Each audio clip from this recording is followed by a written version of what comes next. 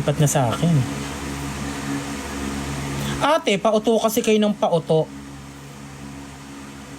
Send kayo ng send ng gift, hindi nyo alam, inuuto lang kayo. Kayo namang mga bobo kayo, pauto kayo ng pauto.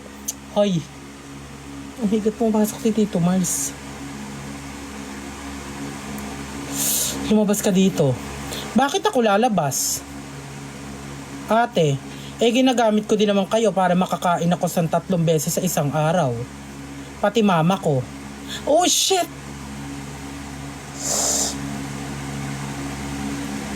Huwag naman ganon. Gusto mo ba makausap si self? Ate, hindi ko gugustuhin makausap yung self mo. Dahil wala ka naman talagang self. Dahil for content lang yung ginagawa mong self na yan.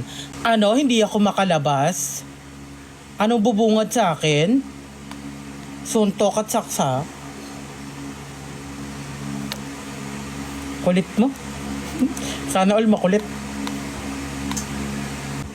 Ano daw? May nag-comment. Wait lang. May nag-comment. Kaya kung ano-ano sinasabi sa ni Tito Mars eh. Oo nga. Alam mo, may masasabi at masasabi talaga yan. Kasi dyan siya kumikita. Hindi din kayo nag-iisip eh. Siyempre, iko-content niya na iko-content. Kiss ko naman. Para may pangkain sila.